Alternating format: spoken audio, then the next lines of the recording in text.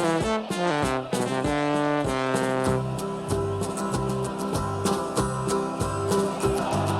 we come, blue and white, and we're looking good. You'll be in for a fight, and we fight pretty good. Getting goals is our job, and we get goals good. Looking good, we are Carlisle United. Hello everyone, you're listening to the Brunton Bugle, the number one place to get your Carlisle fix in the podcast world. I'm Lee Rooney. And I'm Dan McLennan. 4 games down and still no wins for the Blues, as Exeter snatched all 3 points at Brunton Park thanks to 2 second half goals. We review the 2-0 loss to the Grecians before looking ahead to this weekend's trip to the Potteries to face Port Vale at Vale Park.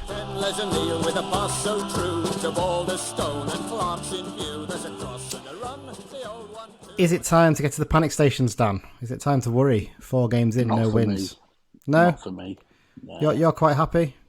I'm not happy, I would say, but you know. I wasn't not happy, but I know, sorry, I should say that, yeah.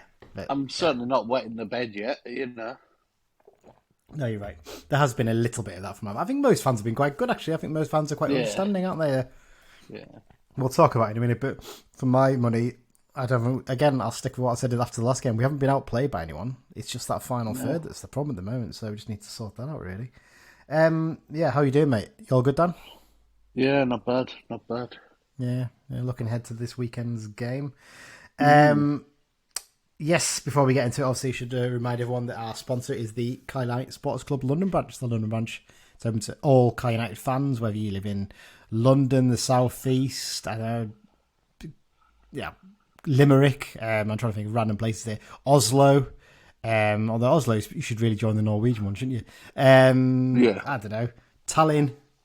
Any random places you can name, Dan, just to freshen this up a little bit? I could name out Timbuktu if you want. Well, we do that every week, though. Bit of variety we need, don't we?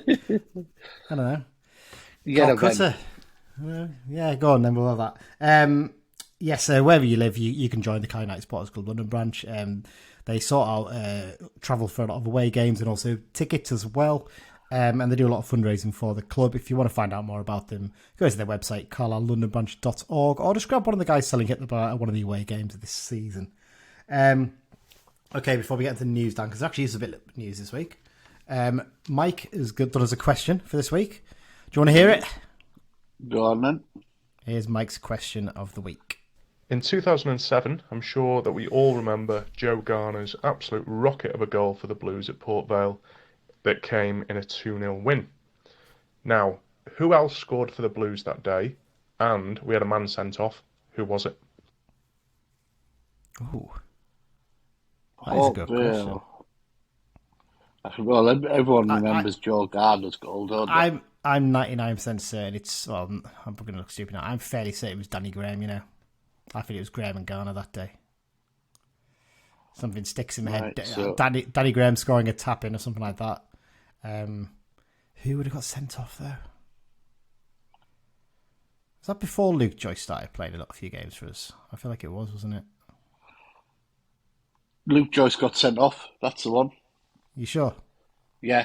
I can remember you saying his name to just jog my memory. It's just straight away in my head I was thinking, I remember him getting sent off in his first spell with us at some point. Yeah, it was Luke Joyce.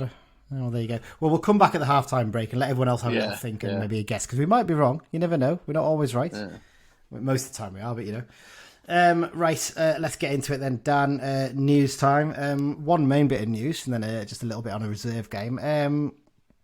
We've got a new arrival at Brunton Park, haven't we? So Simo did promise after the Exeter defeat that he would step up his efforts to bring in more attacking reinforcements, and he's true to his word. Another loanee has arrived at Brunton Park earlier this week. Terry Ablade. I got this wrong, sorry. Right, start again. Terry Ablade. I'm pretty sure that's how you pronounce it, isn't it? I don't think it's Ablade. I think it's Ablade. We'll find out on Saturday, won't we, when James Phillips is going. That's if he gets it right.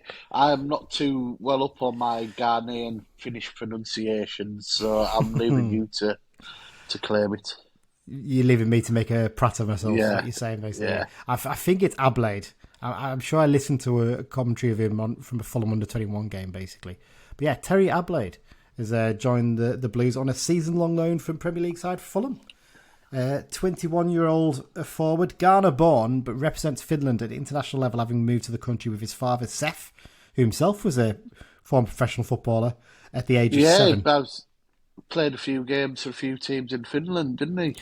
He had a mad career, his dad. I mean, he played in, I think, Belgium, possibly Germany, maybe Albania, I think, as well. Albania, yeah. Yeah, really mad career. He was actually manager over FC Jazz, I think, round about the time he got sold to Fulham.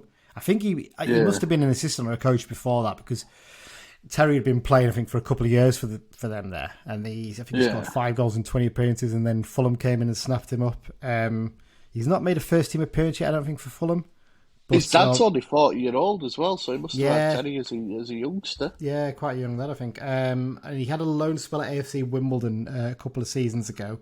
12 appearances, 0 goals. We should point out, I think only 2 of them were starts, and that Wimbledon side was appalling, wasn't it? I think they went, 27 games without a win or something like that? Yeah. So I wouldn't read much into it. Was that when Sam Cosgrove was there as well?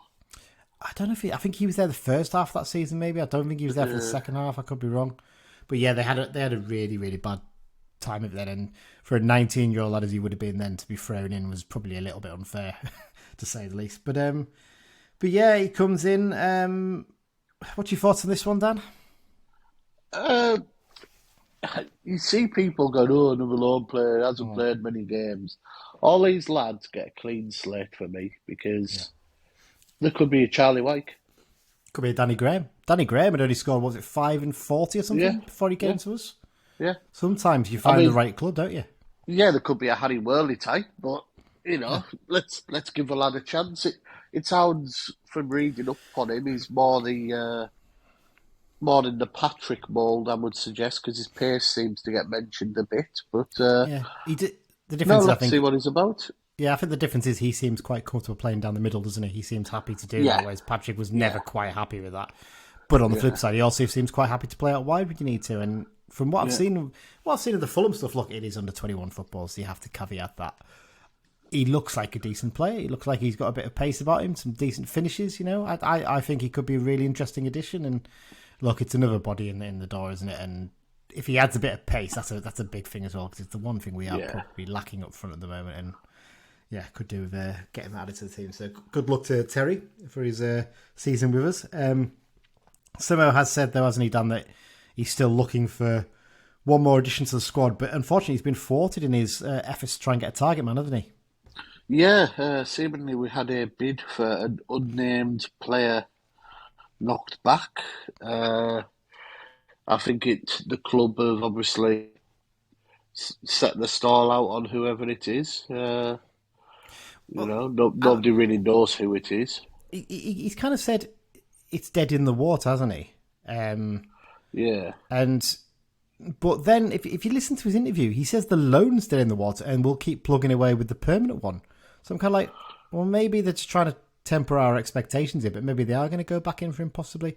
It might be one of those ones that goes right down to the deadline, I'd imagine, with that one possibly, because just fighting to try and bring him in. We've heard some whispers about where it might be from, and we've had a few trying guesses, haven't we, to work out, but we're not 100% certain. So we'll leave that for now, and we'll maybe after the deadline we'll talk a little bit about who we think it might have been. Interestingly, though, he also went public on a couple of rumours, didn't he, to dismiss them. So first up was Tyrese John Jules, nephew of Danny John Jules, who was Cat in Red Dwarf. So there you go. He's at Arsenal. He's had about 5 loan spells, I think, at this level, at League One level. Yeah. Basically said there was no interest in him. He has worked with him before in the England youth setup, but he said he's not one that we were interested in. It looks like he's off to Derby, though. So interestingly, he did say that we were knocked back by 2 players who got bigger wage offers. Well, from... just on John Jules, I've got a friend who works at Arsenal, and he outright asked him for me. Yeah. And he said he looked very confused, and now the news that he's probably going to Derby comes out, that's probably no surprise. Yeah, it might be one of those ones where his agent has known about it and they've been working on it. He just hasn't told him until he's got a more solid thought on it. But yeah, he's off to Derby County by looks of things. Although Simo has said, hasn't he, that we were knocked back by 2 players who've gone to League One clubs this week. And there's been 3 of them this week, hasn't there? Yeah, and we suspect it might be the Wolves lad who's gone. Where's he gone to again? You have to remind There's me now. a Wolves lad. Basically, the three that have gone. Is it Kem Campbell he's called? Something like that, I think. There's Kem Campbell, Wolves to Charlton. Yeah. There was John McAtee, who's gone from who's went Luton to Barnsley. And also Shrewsbury have signed Kieran Phillips from Huddersfield on loan. So it wouldn't be a surprise if it was one of those three. Yeah, well, there's two of them, wasn't there? So you imagine it's going to be two of them. My personal guess would be it's probably going to be either McAtee or Phillips. I think those two seem to fit the thing. And McAtee McAtee, I think, would be one that would excite our fans, and he did say it'd be one that potentially would excite us. So, I feel like he probably is the one that that makes sense, I think, in terms of that. I mean, I'm looking at Phillips' record. He scored 7 goals in 20 games for Morecambe last season at this level. So he's probably one you wouldn't have minded having him, isn't he, really? It's a shame, but there you go. Should say as well, before we move on to talking quickly about the reserve game, he did talk about Luke Armstrong as well, because this is one that's been sort of lurking around for a bit, hasn't it? And people seem, some of our fans seem very convinced that we were in for him and kept saying we should go back for a bigger bid. Well, Simo's come out and basically said, yeah, he's a player we'd like, but he's way out of our price range. 500 grand they want for him. For a 27-year-old striker who hasn't even got a 1-in-3 record at Harrogate. Which is a decent record, to be fair, just under 1-in-3 for a team that has been down near the bottom of League Two for most of the time they've been up. But you wouldn't pay that much, would you? No. For a lad like that at that age. I know he's got 2 years in his contract, so Harrogate have got every right to ask for that if they want. But realistically, no. And also, Simo said that, look, his wages would be way over our price range. Well, he's going to want to get as big a deal as he can, isn't he, for probably what is his last decent payday he can get in his career. I think there's been a few people on Twitter getting the knickers and the twists and demanding, we pay big money for, Armstrong or something like that. I think they've sort of been put a little bit in their place by Simo by that, haven't they? I think it's fair to say. It's also interesting, speaking of that, there seems to be this sudden thing that we have money to spend on a striker. Just because we've put a bid in doesn't mean we've got bags full of money. Yeah. We could be. I think people seem to think we've got all the Trafford money in a wanna or something, and no, we it's haven't. highly, highly unlikely. And what they've got to understand is they say, "Oh, we've got this money coming. Well, how come we've got all this money from playoffs? We aren't spending it." And it's like, well, we've got this money in, but the fact is, we run at a loss last season, and most seasons we run at a loss, and that's the only way we can compete.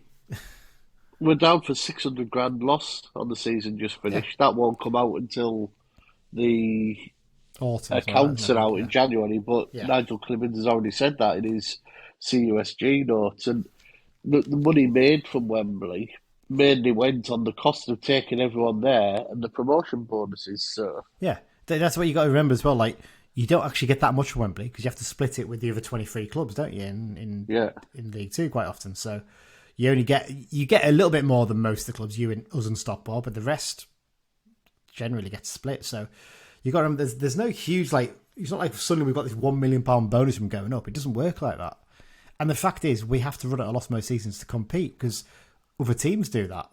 Most teams, there's very few teams, if any, that run at a profit.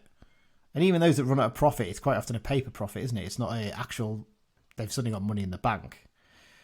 So there needs to be a level of realism, I think, from our fans on these things sometimes. And like you said, although we've put an offer in for a player, I would not be surprised if that offer was below 6 figures.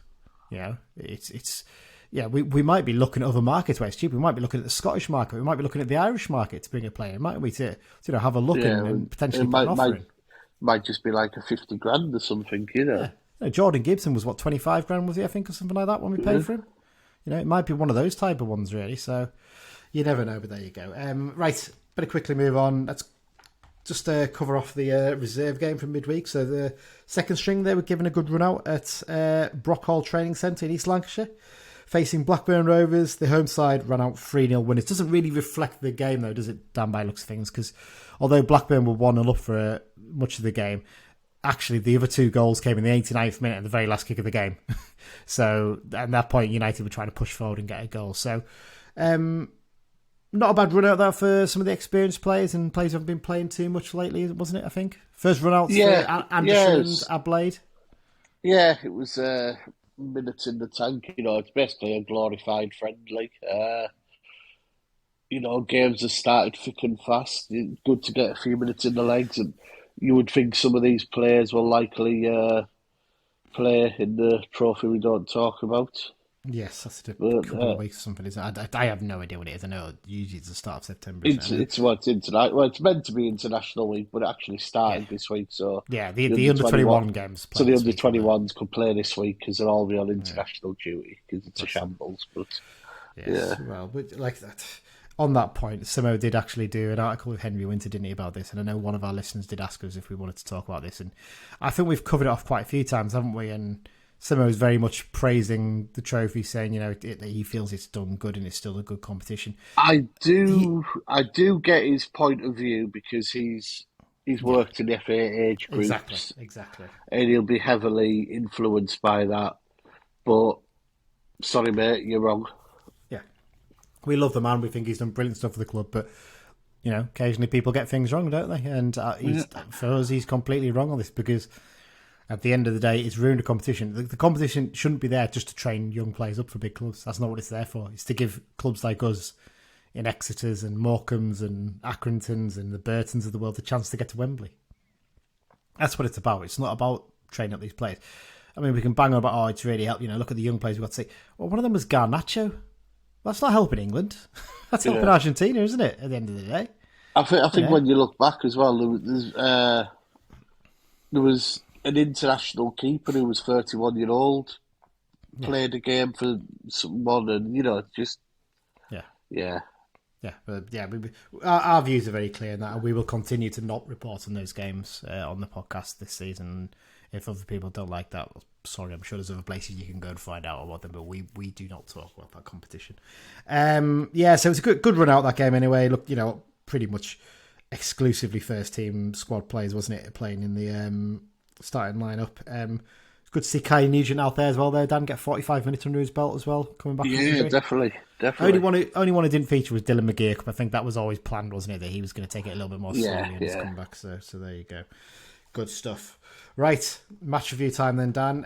Carl United 0, Exeter City 2.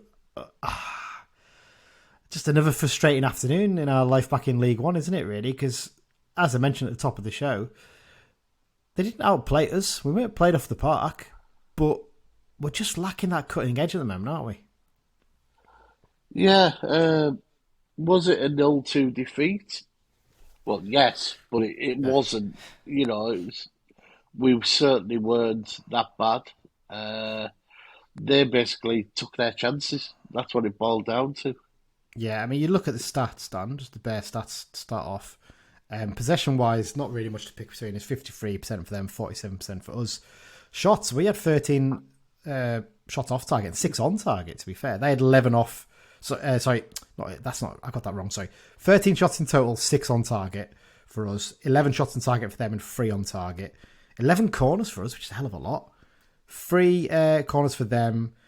And it's just a very balanced game, but they were just a little bit more decisive on a couple of occasions. I mean, look, they've scored 2 of the 3 shots on target, haven't they, basically? So, and I think at this higher level, you need to capitalise when you do create those chances, which is exactly what Exeter did.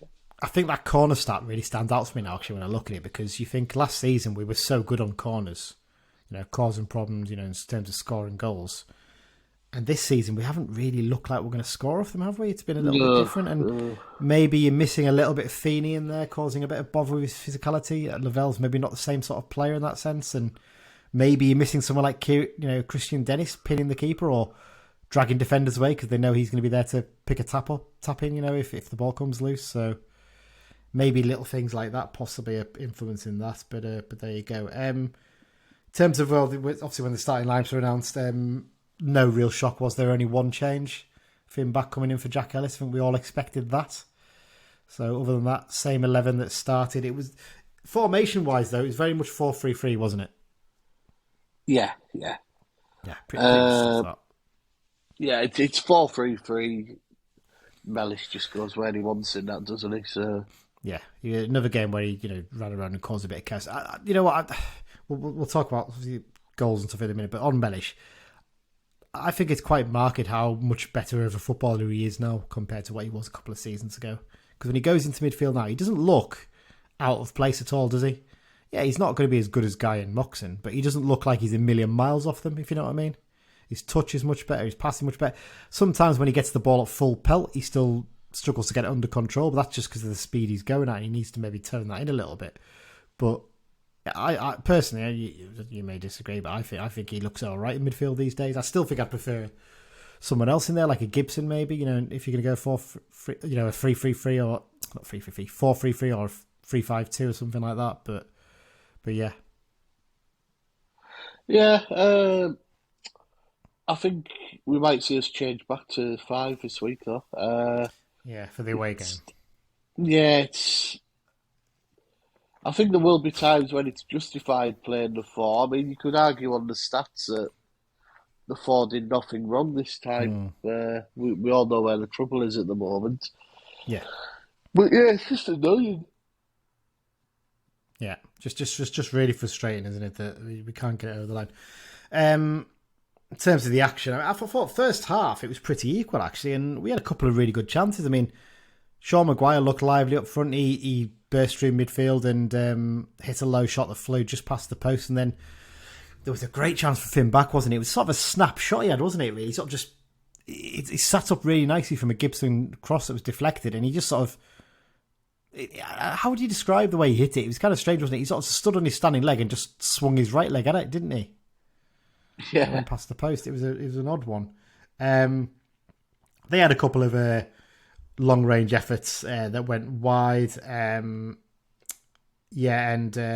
Mellish had a good chance, didn't he? In terms of the ball fell to him nicely in the box, and he just swung a right foot at it, and the keeper did well to palm it over.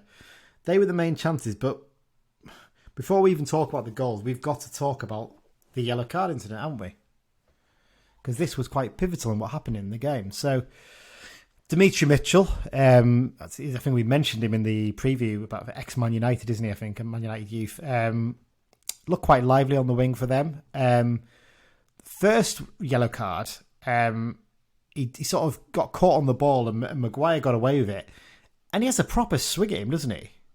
This tackle was worse than I actually realised when you watch it back on the TV. At first I thought, he's just tripped him. But he has a good lunge, doesn't he, Dan? Yeah, he probably goes in for it. It's just a tell. I think he's genuinely surprised that he didn't get anything for it. It's no. Sorry, I meant the first one. I mean, the first one. The first one was pretty bad. Yeah, it's one of those ones. If his studs were a little bit higher, I think he might have potentially been in danger of getting a red card because he catches him quite on his ankle after the ball's gone. So it's kind of, I think he's lucky that it's more the top of his foot rather than the sole that catches Maguire. And yeah, it's a booking, definitely a booking. One of those ones where you think, you're walking on a tightrope there, mate. And then 10 minutes later, again he gets caught dawdling on the ball. Finn Back nips him brilliantly, and Finn Back's away down the right. And he kicks at him. There's no way of putting it. He doesn't go for the ball at all. He goes for his trailing leg, basically, the leg that's behind, rather than the leg where the ball is, to basically take his feet away and bring him down, which he does. I can't understand how that's not a yellow card, can you? No. I think, the commentary, James Phillips was like, how is it? And Rory Loy, who did a good job on guest core comms, he was just genuinely shocked that nothing had happened. I mean, considering the fact that he'd already been booked, it was the clearest yellow card you'll see this season. Yeah. I mean, it's not one of those ones, you've got to give him another chat. You can say, look, this is your last warning, because he hasn't gone for the ball. If he'd gone for the ball, I'd have gone, that's frustrating, but I can kind of grasp it. He's actually gone for the ball. Okay, you let him away with it. He's not gone for the ball in the slightest, and the ref's got a very clear view of it. He can see it. He just doesn't want to. I think he's basically thinking, he's only made 2 tackles. I don't really want to give him a second booking for an identical tackle. That's the only reason I can think, because he's got to give a red card for a second yellow for that, surely. It's just any day of the week. And you say about the commentary from Radio Cumbria. Well, I listened back. I watch back I follow match replay occasionally on the official website. And what you can do is you can switch, excuse me, between the home and away commentaries. And I like to listen to both just to get a feel of what the away commentary is saying as well. And my God, they were exactly the same. They're like, oh, he's in trouble here. I think he's going to go. I'm like, oh, well, he's got away with one there. He really has got away with one. So even they accept it. And actually, if you go and look at, even Exeter City's Twitter feed said, Dimitri Mitchell is a lucky boy, which sums it up. It's a howler. It's an absolute howler. I have no idea if he's refereeing this weekend, but he shouldn't be, really. It'll be another of those where we get the apology, but apologies mean nothing. Yeah, it's pointless, isn't it, afterwards? It's just, get it right in the first place, isn't it, really? Into second half, I feel Exeter got just a little bit more of a grip on the game, didn't they, I think, maybe? Holy was a bit lucky, but at one point he came out to left-back position and tried to clear the ball. He just got it along the floor, and Trevitt tried to lob him. He was never on target, and I think Holy might have had it covered if it had been.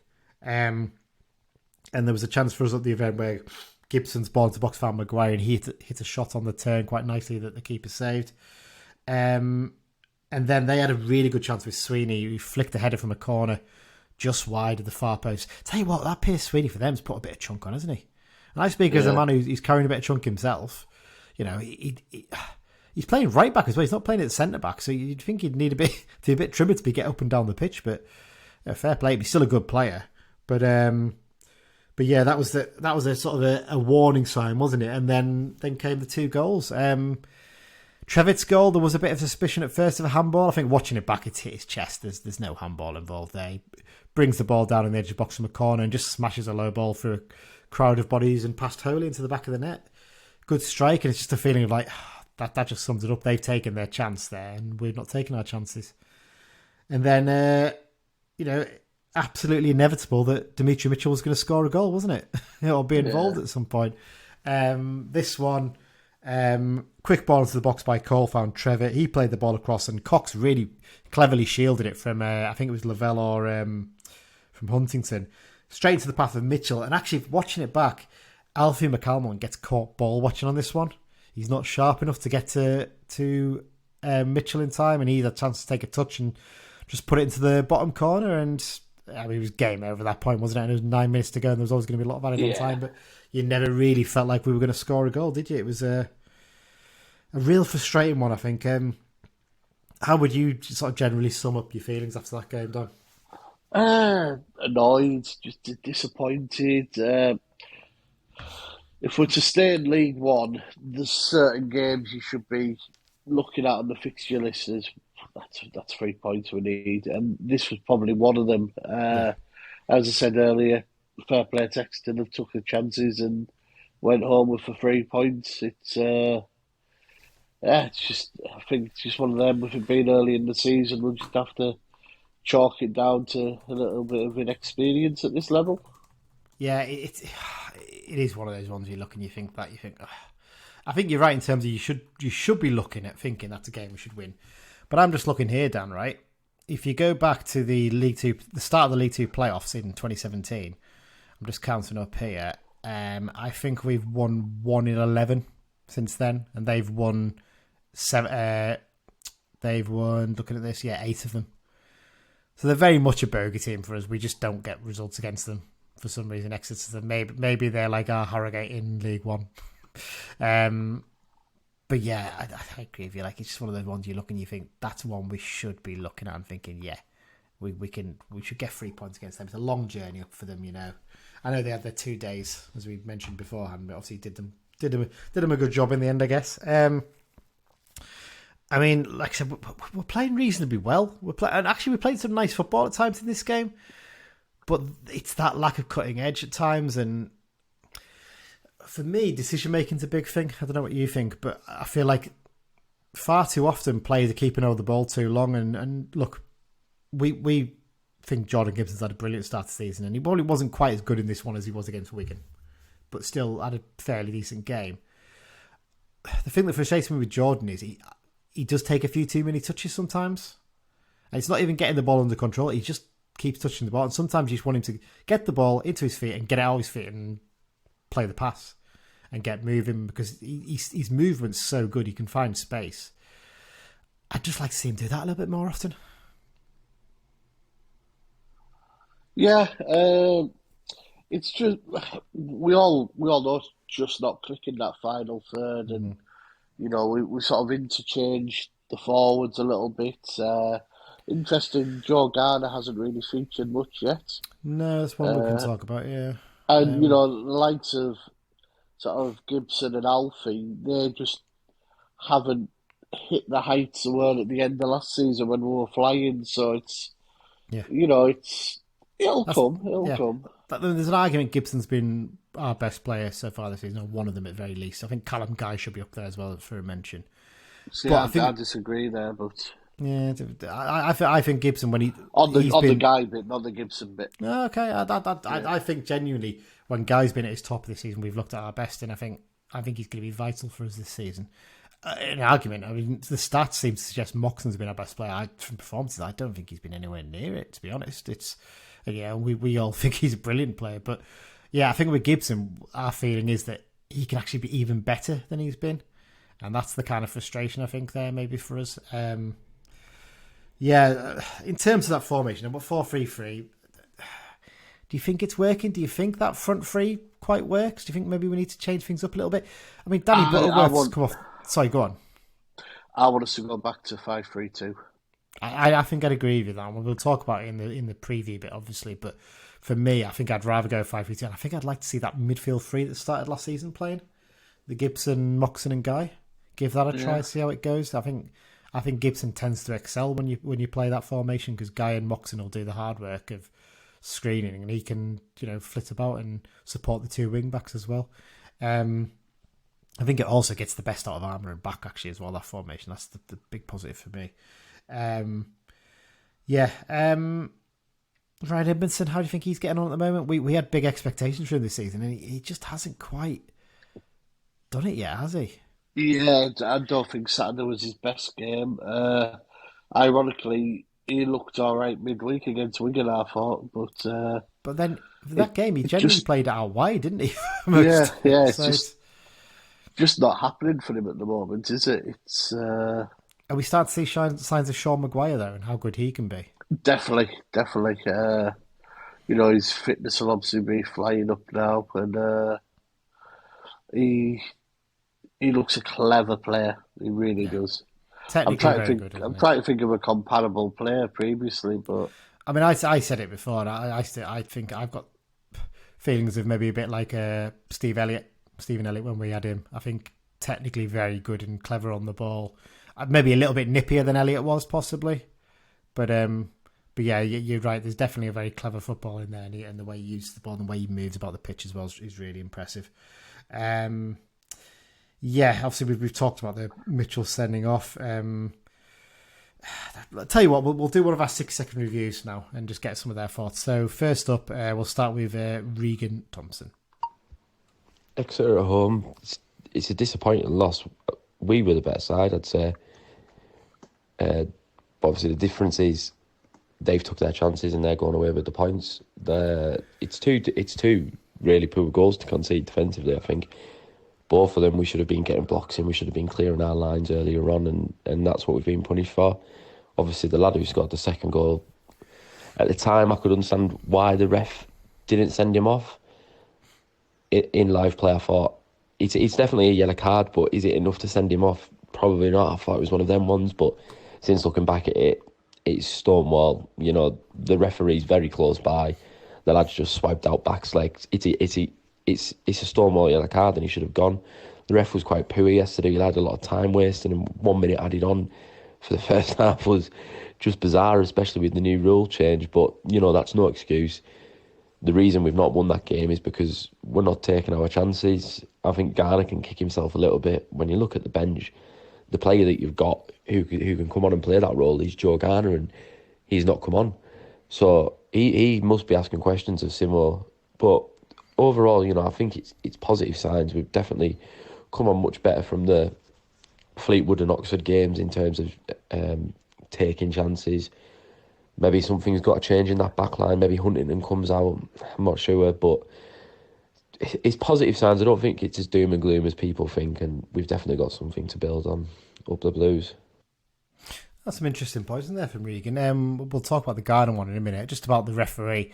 Yeah, that was weird, wasn't it? 1 minute of added on time at the start of at the end of the first half. Yeah. I mean, because it wasn't loads of time missing, but there was enough to add on 3 minutes at least. You'd think. Yeah. Very, very odd decisions. That, I mean, like you said, in terms of the second yellow, it's an obvious swipe. It's just weird that he didn't do it. Garner, yeah. What's your thoughts on this one? He's not featured for the last couple of games. I could maybe grasp it against Wigan because we were in momentum. We didn't really need to make the change. And look, in a feisty atmosphere, he could have, we know it's his former club and he's been sent off against them before. You can grasp that. In this one, I was a bit puzzled why he didn't come on with a little bit to go, just to give us something a bit physical up there, maybe.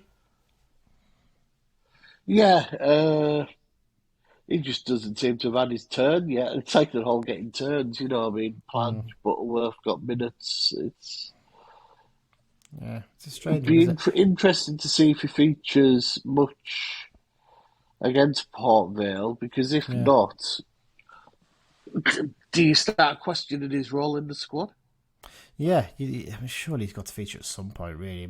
Maybe he's trying to keep him fresh for a game like that one. Maybe looking and thinking, look, I've got to use him sparingly. I don't know. He's played in midweek in the reserve game, so that's keeping him ticking over, I guess. We mentioned Butterworth there. I'm just not convinced at the moment by him. I don't know what kind of player he is. He had a nice little run at the end of the game where he ran through. I mean, the game was gone by then and hit a low shot that was saved. But what is he? Is he number 10? Is he a winger? Is he a forward? I don't seem to... He doesn't look like a winger to me sometimes the way he plays. But then the way he plays as number 10, he looks more like a winger. It's a very strange one, isn't it? Yeah. I think so far we're just trying all the combinations and seeing if any... click. Yeah. It's a weird one, isn't it? And Regan mentioned there about the back line and potentially maybe needing a change there, and mentioned obviously maybe Huntington to come out. I'm not sure I'd take Huntington. I'm not convinced about Lavelle and Huntington as a centre-back pairing, if I'm honest. Not the most mobile. I think Ben Barkley maybe has an opportunity there to say, come on, maybe I should be playing there instead. But I mean, even, Corey Wheeler, had a decent finish to last season. He could potentially argue and say, I should be getting involved. And I don't know. Do you think that's an area that needs any tweaks at the moment? Other than going to a back three? Well, if I went to a back three, I'd like to see Lavelle in the middle of the three. Barkley on the right, Mellish on the left. Is that harsh on Huntington? Yes. But at the end of the day, it's a results business, and we haven't really got results yet, so why not try something different? No, you're right. You're absolutely right. Right, one more 6-second review, and that's from Johnny. I've got to give Johnny some credit here because he sent me his first one and he said, is that too long? And it was like 2.5 minutes. I was like, well, you're about 90 seconds over a minute, so technically, yeah. I said, but it's fine. And he's like, no, I'll do a quicker one. Got it down to 1 minute 36, I think it was. And I was like, all right, that's fine. That's no worries. He's like, I'll have another go. Got it to 1 minute 6 seconds. I was like, okay, that's fine. You can leave it now. He's managed on his fourth attempt to get it down to bang on 1 minute. So here is a genuine 60-second review from Johnny. So again, it was a game of two halves, wasn't it, Brunton Park? We've seen it 3 times now this season. I thought first half we were the better team. Second half, Exeter just took over, didn't they? We've had 3 big chances there with Back and Mellish and Maguire. We haven't put any of them away. Exeter have had 3 chances. They've scored twice. Obviously, the first one looked like it might have been handball in the ground. I've looked back at it now. I'm not sure. Maybe it does come off his chest, but it is what it is. Second goal, he shouldn't have been on the pitch, should he? The refereeing, it was just atrocious. That could have been 2 red cards on a different day with a different referee, and how he's only got 1 yellow out of that is utterly beyond me. But I think it's obvious for us all to see we need goals. Simpson's trying to address it. He's trying to get lads in before the end of the window, and yeah, we need it. We also need points. Port Vale and Shrewsbury, big opportunities to pick up those points. I think we need 4 out of that. Looking forward to Port Vale on Saturday, and yeah, hopefully the turnaround begins. Oh, that was very efficient, that wasn't it? talking very quickly, making sure we fit it all in. Great stuff there from Johnny. That's pretty much summed up what we've already said, isn't it, really? So that's good to hear. Quick rundown through the League One results before we go to the half-time breakdown. Results of the day. The first one up, it was the early kickoff, wasn't it? 12:30 kickoff. I actually saw some of their fans at Wigan North Western on the way to this game, and they would have been happy bunnies because Wigan Athletic won 4-0 at the University. I'm going to say Reebok Stadium there, but it's not the Reebok. It's the University of Bolton Stadium against Bolton Wanderers. And Bolton, your tip for the top, have had a brilliant start to the season. Really brought crashing down to earth, haven't they, by this one?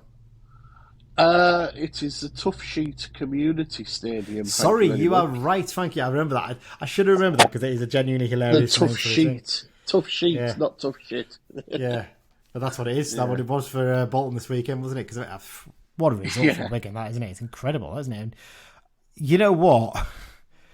How you look at it, you maybe wouldn't bet against them sneaking into the top two, even with an 8 points deduction. Because they're flying Wigan, aren't they? Yeah. No, that was a big result. There'll be an ex-Blue feature later, scoring a couple. I'm pretty sure everyone can guess who but big result. And Bolton and all Mugs. It's Ben Amos, isn't it? That's the one you're on about. But Barnsley. Not the greatest start since that 7-0 win on the opening day, have they? Lost 3-1 at home to Oxford United, who've really picked up some form since they beat us, haven't they? Beating Derby and Barnsley now, so looks like maybe they are going to do a bit better than I expected this season. Blackpool 0, Leyton Orient 0. Blackpool not conceded a goal yet this season, but they've now had 3 0-0s in a row. So I think we know where their problems are, don't we? I think they signed a strike. Haven't they signed the lad from Sutton this week? Kouassi? Yes. Yeah. Who doesn't have a particularly great goal-scoring record, it should be said. So, bit of a gamble there. Cambridge United are making us look like mugs, aren't they, right now? Certainly, 2-0 home win over Bristol Rovers. Did I see something this week about Joey Barton apparently putting his interviews on OnlyFans or something like that? Yes, something obscure. He won't talk to the media now. Yeah. It's very Joey Barton, I don't know if it's OnlyFans or something similar, but I remember reading something about that. It was quite bizarre, wasn't it? Obviously, Exeter beat us 2-0. Port Vale, our opponents this weekend, we'll talk about their game in the second half of the show, but they got a pretty good result, I think it's fair to say. Derby County got a 1-0 win over Fleetwood. I think that sort of gets them going, really, doesn't it? Fleetwood having a pretty poor start. They haven't won yet, have they? So I think we're 1 point ahead of them, and they've had the draw against us and then 3 losses in a row. Northampton got their first win, a big game this, isn't it? Northampton against Peterborough, big derby game. 1-0 victory. The Riverdene derby. Yes. Did you see the goal in this one? No. Utterly bizarre. I think it was from Pinnock. He basically came to him on the right wing. I think the ball was sort of cleared out to him. And he just hooked the ball back into the box and it just looped right up and over the keeper. It wasn't a shot, it was definitely a cross. It was a really, really bizarre goal. Portsmouth 0-0 against Cheltenham. They'll probably be a bit disappointed with that, I think, Portsmouth. Reading got a 2-0 victory over Stevenage, who I think, after that good start, have had a couple of slightly less good results now. Shrewsbury, they lost 1-0 at home against Lincoln City, and then finally Wickham 0-0 against Burton Albion. Right, we'll take a short break, and then we'll be back to preview the Port Vale game. This is John Mellish. You listen to the Brunton Bugle. Into the second half of the show, yes, we haven't got a behind enemy lines this week. Unfortunately, we were going to speak to the guys from the Ale and the Vale podcast, but unfortunately we couldn't fit in a time to speak to them. So hopefully we'll get them later in the season when we play against them. And I'm pretty sure I've got a Shrewsbury one lined up to do for next week, so we will have that back next week, definitely. Right, should we have the question again, Dan, from Mike, just to remind everyone what the question was for this week? In 2007, I'm sure that we all remember Joe Garner's absolute rocket of a goal for the Blues at Port Vale that came in a 2-0 win. Now, who else scored for the Blues that day? And we had a man sent off. Who was it? Right, so we think Danny Graham scored the other goal, and we think Luke Joyce was sent off, don't we? We're fairly confident on that.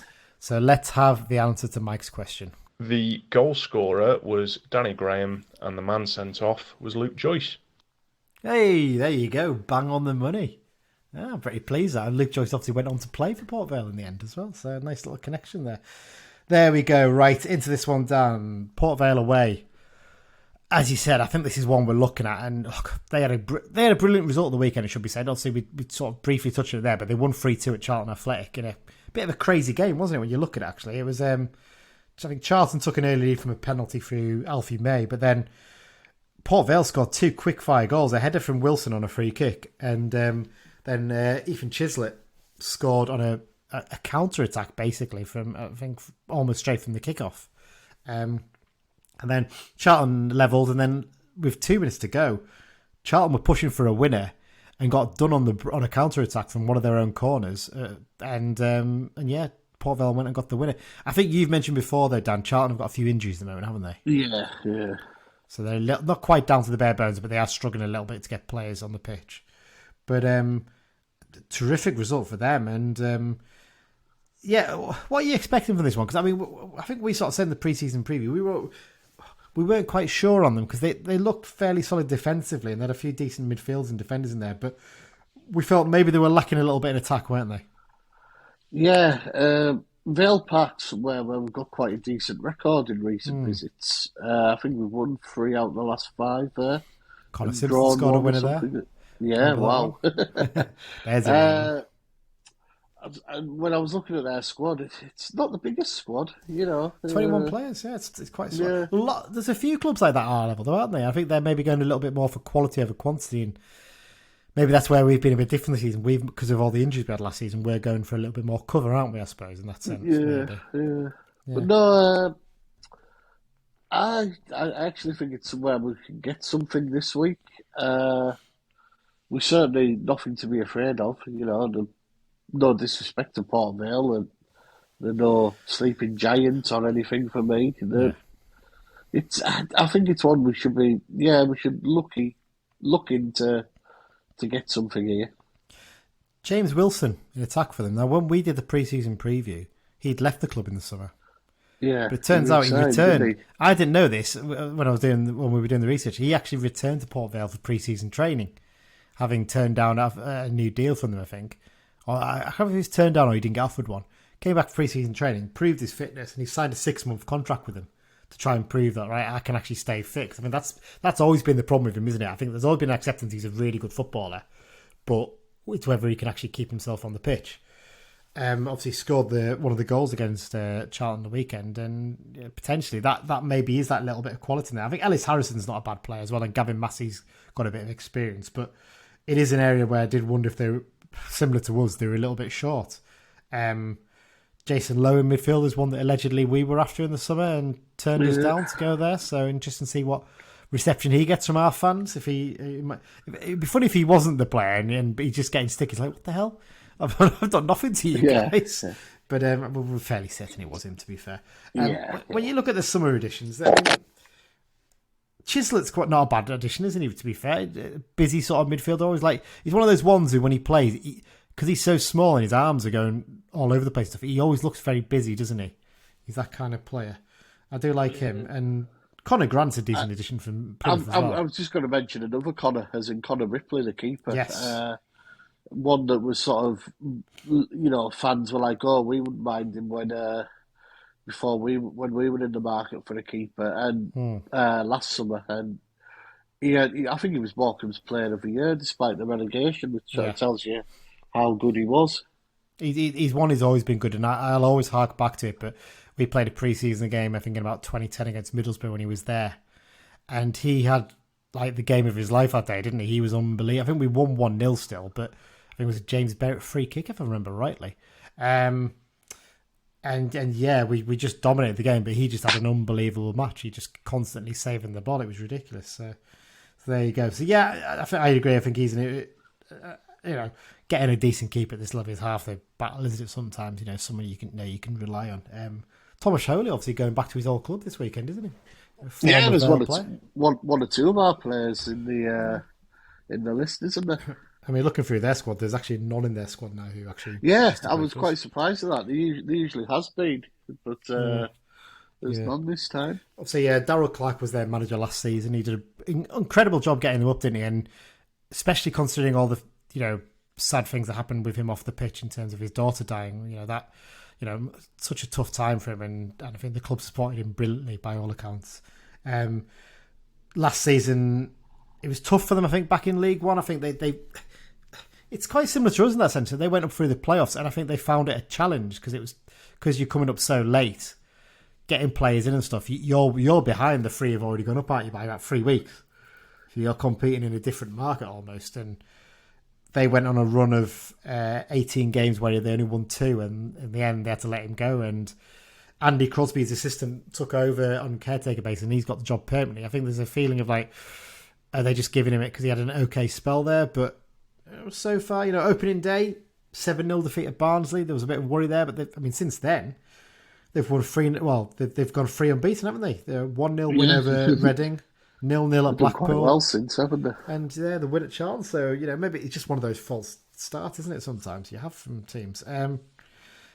Should note for the fans going down this weekend, we've been moved, haven't we? So if you've previously been to Port Vale, we're behind the goal that's sort of nearest the main road, isn't it, basically? So the main road you go through Bursland to get to the ground, it's basically nearest to that. But now we've been shifted to behind the other goal, haven't we? Yeah, I'm not sure why this is. I wonder if it's maybe there's been some issues in terms of trouble with some games, basically. Because I think with this, what they can do, because they tell away fans to park in the leisure centre that sort of you have to walk down a back lane or a little path to get to the away end from there. Maybe that's an easier way to keep them a bit more separated. But most fans will still go to the town and have a drink. I'm just going to park on one of the side streets when we go tomorrow. So, realistically, that's the way it'll be, I think. So, yeah, I'm interested to see what it's like, though, because the view behind the other goal, and I keep banging about this, is terrible. Because we're talking about this at the game of the weekend with Greg and co, and we're all saying like it's just too shallow because it used to be just a terrace. Just bolting seats onto that just means it's a terrible view. So I'm hoping behind the other goal's a bit better, but we'll have to wait and see with that one. Yes, in terms of referee for this weekend's game, Mr. Tom Reeves from Warwickshire. It's his 3rd season as an EFL referee. This season he's taken charge of 4 games so far, handing out 20 yellow and 0 red cards. He's been busy, man. 5 yellows a game.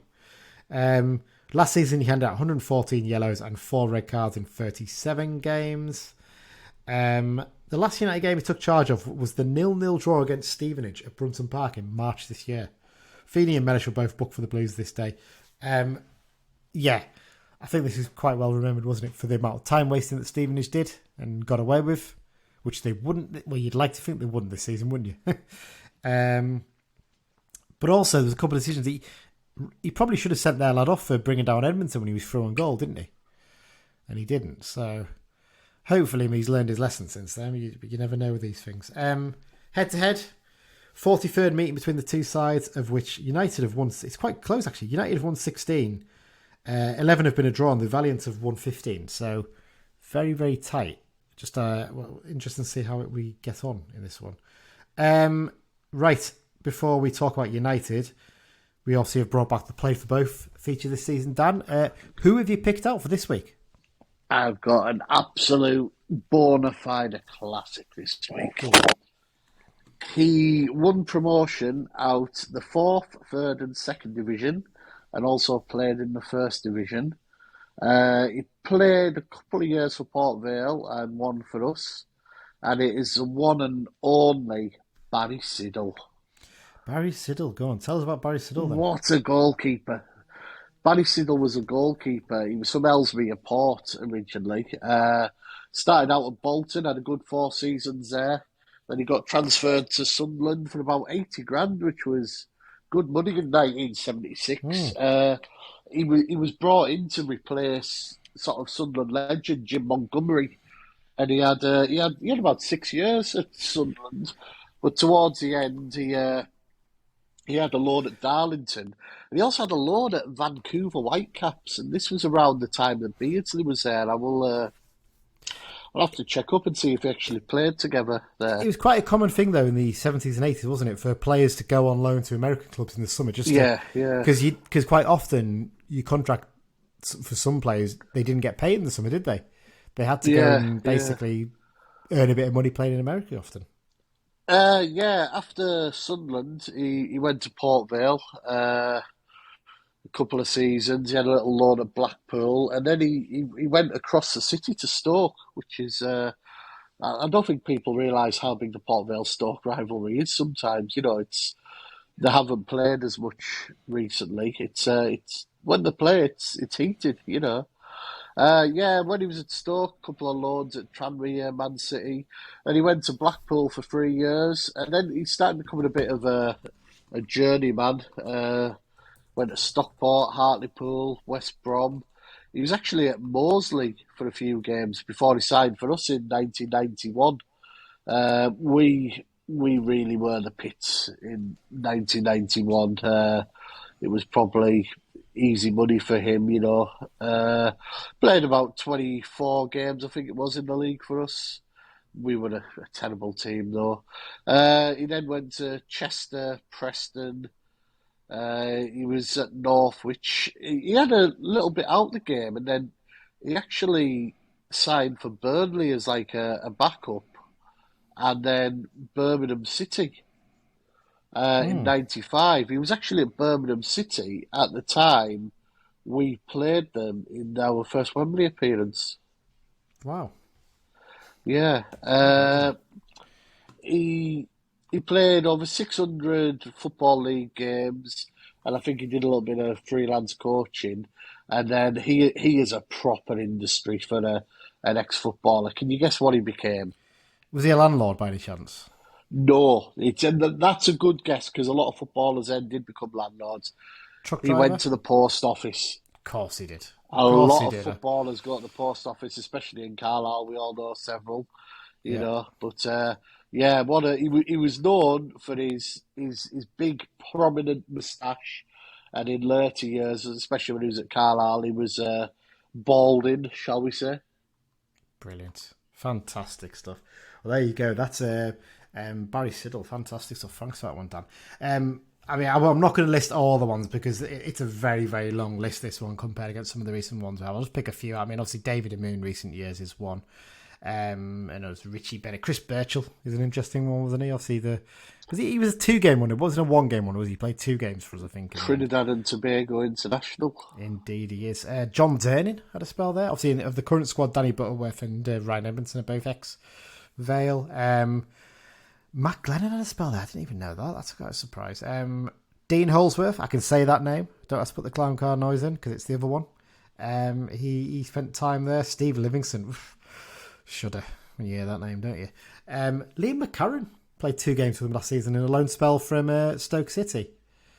Hang on, I'm just looking through the list. How dare you not mention the pride of Montserrat, Anthony Griffith? Well, I was leaving that one for you to say. Secret international call-ups. That's ridiculous, that, wasn't it? But there you Bizarre. go. I thought I'd leave that one for you to say. But Liam McCarran, still at Stoke City, not playing games. He had a loan spell at Port Vale and he played 2 games. There's an example. It's another example of why players shouldn't leave too early from clubs like us, isn't it, really? But, hey-ho, I suppose you've got to take your chance when it comes. Billy Painter, your favourite there, Dan. Big Stefan had a little spell there as well.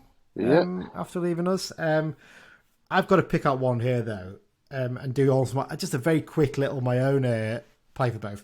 Jack Round is one I always like to mention because Jack Round has a quite unfortunate, unique, not quite unique. Him and one other player for Carl United hold this. It's not a distinction, but this happened to them. Is that they both died while they were still Carl United players. So this was in like 1930. I'm just going to quickly check the date I'd opened there. 1936. He died on New Year's Day in 1936. He got injured in a game, I think. Basically, I think effectively, if I remember rightly, it was. This was it. So it's essentially he died on New Year's Day. The last game that he played for us was at Stockport in a cup tie where he sustained a cut over his eye. It was off the field when Carlisle took the lead. Of the following Monday, he was taken to Cumberland Infirmary for appendix trouble, and he was operated on the next day. And basically, he had to have 2 blood transfusions, and his teammates even offered to give him blood transfusions to try and save him. And unfortunately, it wasn't enough. I think one of the players, a lad called Taylor, had basically agreed to do the blood transfusion. unfortunately. And he had to miss a game. Taylor had to miss a game because he gave a blood transfusion to Round. Sadly, wasn't enough, and he died on New Year's Day in 1936. In fact, sorry, New Year's Eve 1936, I should say there. Only played 37 games for us, played 128 for Port Vale, scored 5 goals. So that's a remarkable statistic. There's only 2 players, and they were both round about the same time that happened. So quite a little bit of a morbid one for you there, but there you go. Right. Let's talk about United then, Dan, ahead of this game. Injury-wise, we think McGeoch is back in training, but probably not going to be fit for this one, we'd imagine. Max Kilsby's obviously out on loan. What do you do with this one then? What are you thinking? Formation and changes. What would you do? Well, I've already mentioned what I would suggest in defence. Back to 5. I'd like to see Barkley, Lavelle and Mellish. So you drop on something then, yeah? Yeah, and I'm also going to be controversial, and I would rest Callum Guy for the game. Oh, wow. Okay. I just don't think he's hit the heights yet, personally. I don't think he's been terrible. But who would you play instead of him? Because I don't think we've got another player who can do the job he does. I would play, I've got it wrote down, let me just get that up. I would play a midfield of Moxon, Gibson and Charters. I don't think... My personal opinion, but I think if you take Guy out of that and you play that midfield, I think that midfield isn't strong enough to be winning the ball back and screening and doing the stuff that Guy does. I think if you had McGeoch fit, I'd maybe understand you could put McGeoch. Well, if McGeoch was fit, I would play him because I think he's going to end up being a key player for us this season. I feel like he could do that job. Yeah. Yeah. Up front, I would go Garner and Maguire. Okay, you go. I mean, he's not the biggest front two, but then Garner's pretty good in the air despite that, isn't he? So maybe you don't have to worry too much about that. I'd personally stick with your back 5 as it has been. I'd be fine with that. I'd probably want Barkley and for Lavelle, but realistically, I don't think that's happening. I think he seems to be wanting to play Lavelle every week. Midfield 3, like I said, I'd go with Guy, Moxon and Gibson. And then up front, I'd agree with you. I think I'd probably go Garner and Maguire, just to mix it up again a little bit and get a bit of physicality there and a little bit of trickery alongside Garner. Don't want to bring Jaden Harris in yet. Free Jaden Harris, the sweet prince, as you call him. No, he'd be on the bench. Yes, of course he would. He'd have to be involved at some point, wouldn't he? Right, well, looking ahead to this one then, Dan, with time for predictions.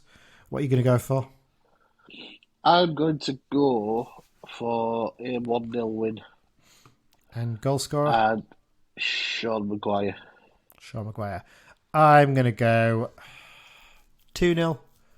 Sean Maguire and Callum Guy against his former club. Right, here's Mike's prediction for the game. I'm going to go for a 2-1 win with goals from Mellish and Maguire. There you go. He's gone Mellish and Maguire. We're all going for Maguire, interestingly. So, interesting to see how that turns out. Right, Dan, let's wrap things up with the X-File section. Not too busy this week. Yeah, not the busiest of X-Files this week. Jenny Yates settling well at Swansea, scored in the 1-1 draw at home to Coventry. I think it's accepted he's a championship level striker now, good player. Hinted at this one earlier. Charlie White got 2. Wigan in that 4-0 win at Bolton. Absolutely on fire. Hopefully his heart troubles are behind him and he's, top scorer in the division on 5 goals now. So yeah, this one makes me sad. Christian Dennis, King Christian, got off the mark for Tranmere, but they were in a 4-3 home defeat at Salford. I wonder if we regret not offering him the straight 2 year now. I think that's one of those things you look at and you think, was it worth the punt of just doing that 2 years, and then maybe even if you think next summer we're not going to keep him, you can try and move him on. Maybe I know you end up stuck with him potentially there, but to be honest, it sounds like he was pretty keen to move back down that way anyway. To be fair, so he might not have stayed either way. So Jack Bridge pops up now and again. He scored for the Shrimpers, who were in big trouble still, but They got beat 3-2 at home to Hartlepool. It looks a real mess for them, doesn't it, really, off the pitch. Their owner, Ron Martin, he's been owner for... I mean, I remember their fans moaning about him back in like 2000. You know, that's how long ago. Because they were talking about a new ground back then, weren't they? And you look now, they're still at Roots Hall, and you see some of the photos of the summit. It looked an absolute state, didn't it? It did not look great. So quite sad for them. Mark Beck scored for Solihull in a 3-0 home win over Dorking Wanderers. He always pops up with the odd goal. He is a blast. This one had you scratching your head for a minute, didn't it? Well, because I thought it was Gary, and I was like, he didn't score for South Shields. I've just looked through the thing. Because you do the list of the things. We don't put the score in the chat, and I go and write it in the thing with a little bit of detail about the game they're involved in. And I was like, he's not scored for South Shields, but I was wrong. He wasn't Gary, was it? It was Michael, and we're talking about the Liddles. Michael Liddle scored a rare goal for Blythe as they got beat 2-1 at home. No, you missed the opposition. Sorry. I can't remember if it won or Sorry, lost. That's completely my fault. I've not filled it in properly. Give me 2 secs. I will go and find that for you. we'll fill here a little bit. National League North. We did 2-1 win over Hereford. Sorry. Yes. That's what it was. Yeah. But we did surprise ourselves with the fact that he's only 33 years old. Astonishing that, because we had him on loan 2008-2009 season under Abbott, I think it was, and he would have been 18 then, basically. And you kind of forget sometimes these lads. Craig Cunnan turned 34 the other day. Yeah. And Craig Cunnan's one of them, you think, he must be 40 now, you know. Well, I think some people think we signed him as like a 24, 25-year-old. He was like 21 when we signed him. Yeah. And he was still quite raw that time, you know. He was technically a good player. His finishing never quite lived up to it, did it? But, you know. There you go.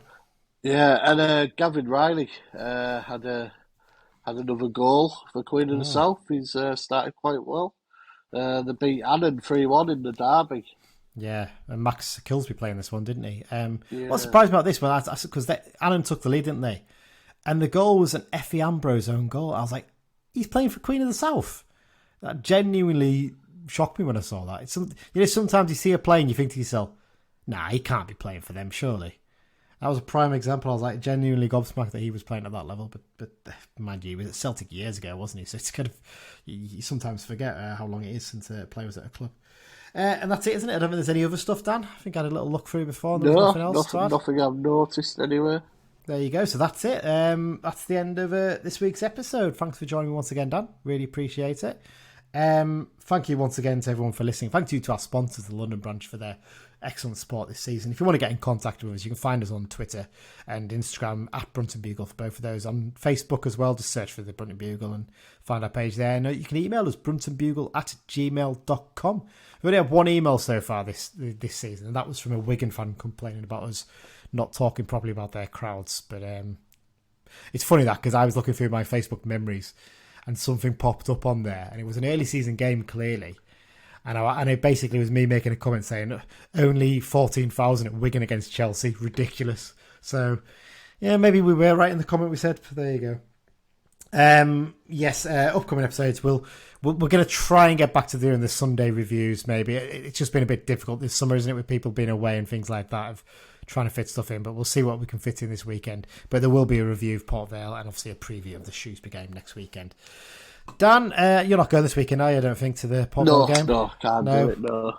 Mike and I are going to be at the game, so we'll probably be the ones who review this one, I think it's fair to say. Thanks, everyone, for listening, and up the Blues. Up the Blues.